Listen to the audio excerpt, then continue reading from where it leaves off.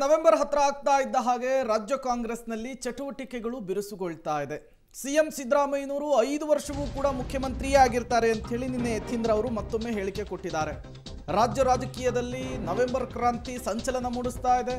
ಹೊಸ power sharing ಫಾರ್ಮುಲಾಕ್ಕೆ high command ಮುಂದುವರಿಯುತ್ತಾ ಅನ್ನುವಂತಹ ಪ್ರಶ್ನೆ. ಹಿಂದಿನ ಫಾರ್ಮುಲಾ ಬದಲು ಅಧಿಕಾರ ಹಂಚಿಕೆಯ ಹೊಸ ಸೂತ್ರವನ್ನು ರಚನೆ ಮಾಡುವಂತಹ ಸಾಧ್ಯತೆ. ಸಿಎಂ ಆಗಿ ದೇವರಾಜ ಅರಸು ರೆಕಾರ್ಡ್ ಬ್ರೇಕ್ ಮಾಡಬೇಕು ಅಂತ ಹೇಳಿ ಸಿದ್ದರಾಮಯ್ಯನವರು ಗುರಿ ಇಟ್ಕೊಂಡಿದ್ದಾರೆ. ಸಿದ್ದರಾಮಯ್ಯನವರ ಆಸೆಯಂತೆಯೇ ದಾಖಲೆಯ ಬ್ರೇಕಿಗೆ ಹೈಕಮಾಂಡ್ ಅವಕಾಶ ಕೊಟ್ಟಿತ್ತು. ಆ ದಾಖಲೆ ಈಗಾಗಲೇ ಬ್ರೇಕ್ ಕೂಡ ಆಗಿದೆ. ವಾಟ್ ನೆಕ್ಸ್ಟ್ ಅನ್ನುವಂತಹದ್ದು ಪ್ರಶ್ನೆ.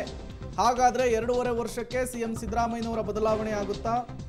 ಡಿ.ಕೆ. ಶಿವಕುಮಾರ್ ಅವರು ಸಿಎಂ ಆಗ್ತಾರಾ ಅನ್ನುವಂತಹ ಪ್ರಶ್ನೆ, ಕುತೂಹಲ. ಅದಕ್ಕೆ ಸಂಬಂಧಪಟ್ಟಂತೆ ಅದಕ್ಕೆ ಪೂರಕ ಎಂಬಂತೆ ರಾಜ್ಯ ಕಾಂಗ್ರೆಸ್ನಲ್ಲಿ ಒಂದಿಷ್ಟು ಬೆಳವಣಿಗೆಗಳಾಗ್ತಾ ಇದೆ. ಹಾಗಾಗಿ ರಾಜ್ಯ ಕಾಂಗ್ರೆಸ್ನಲ್ಲಿ ಗರಿಗೆದರಿ ಇರುವಂತಹ ಈ ಚಟುವಟಿಕೆಗಳು, ಒಬ್ಬೊಬ್ಬರ ಒಂದೊಂದು ರೀತಿಯ ಹೇಳಿಕೆಗಳು ಕುತೂಹಲವನ್ನು ಜಾಸ್ತಿ ಮಾಡ್ತಾ ಇದೆ. ನವೆಂಬರ್ 23ಕ್ಕೆ ರಾಜ್ಯದಲ್ಲಿ ಕಾಂಗ್ರೆಸ್ ಆಡಳಿತದ ಚುಕ್ಕಾಣಿಯನ್ನು ಹಿಡಿದು 2.5 ವರ್ಷ ತುಂಬ್ತಾ ಇದೆ. ಹಾಗಾಗಿ ಯಾರು, ಏನು, ಎತ್ತ ಇವೆಲ್ಲವೂ ಕೂಡ ಈಗಿರುವಂತಹ ಪ್ರಶ್ನಾರ್ಥಕ ಚಿಹ್ನೆ.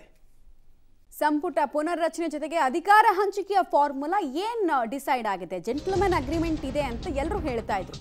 ಈಗೇನ್ ಕತೆ? ಸಿಎಂ ರೆಕಾರ್ಡ್ ಬ್ರೇಕ್ಗೆ ಹೈಕಮಾಂಡ್ ಅನುವು ಮಾಡಿಕೊಡುತ್ತಾ? ಇದಕ್ಕೆ ಡಿ.ಕೆ.ಶಿ ಮನವೊಲಿಕೆ ಮಾಡೋದು ಅನಿವಾರ್ಯ ಅನ್ನೋ ಸ್ಥಿತಿಗೆ ಹೈಕಮಾಂಡ್ ತಲುಪಿದೆಯಾ? ಇಬ್ಬರನ್ನ ದೆಹಲಿಗೆ ಕರೆಸಿ ಕಾಂಪ್ರಮೈಸ್ ಫಾರ್ಮುಲಾ ಒಂದನ್ನ ಕಂಡುಹಿಡಿಯೋ ಸಾಧ್ಯತೆ ಇದೆಯಂತೆ. ಸಂಪುಟ ಪುನರ್ರಚನೆ ಜೊತೆಗೆ ಹೊಸ ಅಧಿಕಾರ ಹಂಚಿಕೆಯ ಸೂತ್ರದ ಬಗ್ಗೆ ಚರ್ಚೆ ಮಾಡಬಹುದು. ಹೈಕಮಾಂಡ್ ಎದುರು ಉಭಯ ನಾಯಕರನ್ನ ಒಪ್ಪಿಸುವಂತಹ ಅನಿವಾರ್ಯತೆ ಕೂಡ ಕೆಲವು ಪಾರಿವಾಳಗಳು, ಅಂದ್ರೆ ಕಾಂಗ್ರೆಸ್ನವರೇ ಸಾಕಿರ್ತಾರಲ್ಲ ಪಾರಿವಾಳ, ತಂತಹ ನಾಯಕರು ಅವರು ಒಪ್ಪಿಸ್ತಾರ? ನೋಡೋಣ. ಆ ಕ್ರಾಂತಿ ಇದ್ರ ಬಗ್ಗೆ ಎಲ್ಲ ನನಗೇನೂ ಗೊತ್ತಿಲ್ಲ. ನನಗೆ ಗೊತ್ತಿರೋ ಪ್ರಕಾರ ತಂದೆಯವರು ಕೊಟ್ಟಿರೋ ಮಾಹಿತಿ ಪ್ರಕಾರ ಹೈಕಮಾಂಡ್ ಆಗಲಿ ಅಥವಾ ಬೇರೆ ನಾಯಕರುಗಳಾಗಲಿ ಯಾರೂ ಕೂಡ ತಂದೆಯವ್ರಿಗೆ ನೀವು ನವೆಂಬರ್ ಆದಮೇಲೆ ಅಧಿಕಾರ ಬಿಡಿ ಅಂತ ಹೇಳಿಲ್ಲ.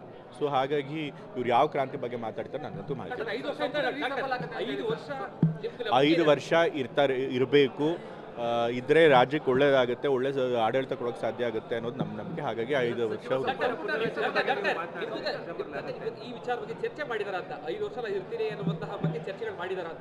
ರಾಜಕೀಯದಲ್ಲಿ ಯಾವಾಗ ಏನಾಗುತ್ತೆ ಅಂತ ಅದೆಲ್ಲ ಹೇಳೋದಕ್ಕೆ ಬರೋದಿಲ್ಲ. ಬಟ್ 5 ವರ್ಷ ಈಗ ಸದ್ಯಕ್ಕಂತೂ ಇರೋ ಪರಿಸ್ಥಿತಿ ನೋಡಿದ್ರೆ 5 ವರ್ಷ ಖಂಡಿತ ಕಂಪ್ಲೀಟ್ ಮಾಡ್ತಾರೆ ಅನ್ನೋದು ನಮಗೆ.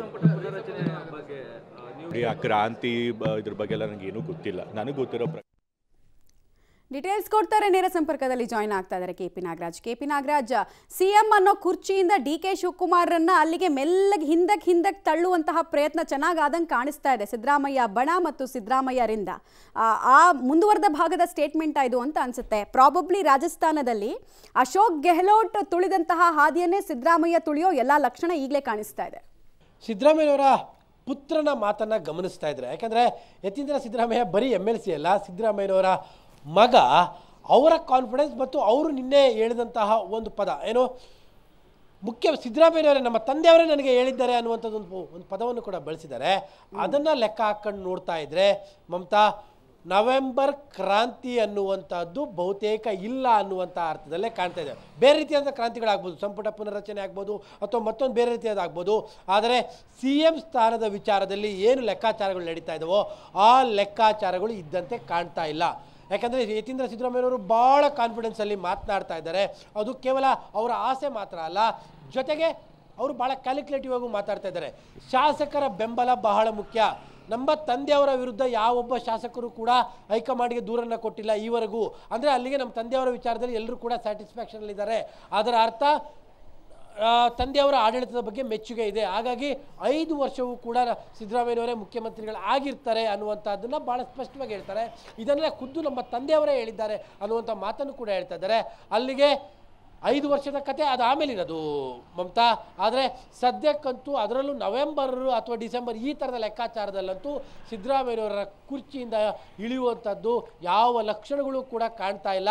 ನವೆಂಬರ್ ಕ್ರಾಂತಿ ಅನ್ನುವಂಥದ್ದು ಬೇರೆ ವಿಚಾರಗಳಿಗೆ ಆಗ್ಬೋದೇ ಹೊರತು ಸಿದ್ದರಾಮಯ್ಯನವರ ಕುರ್ಚಿಯ ವಿಚಾರದಲ್ಲಿ ಆಗುವಂತಹ ಸಾಧ್ಯತೆಗಳು ತೀರಾ ಕಡಿಮೆ ಇದೆ ಮಮತಾ. ಆಲ್ ರೈಟ್, ಧನ್ಯವಾದ ತಮ್ಮೆಲ್ಲ ಮಾಹಿತಿಗಾಗಿ ಕೆಪಿ ನಾಗರಾಜ್.